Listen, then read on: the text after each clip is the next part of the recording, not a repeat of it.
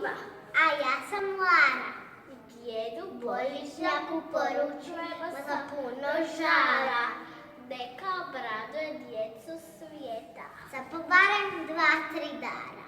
I još jednu želju imam.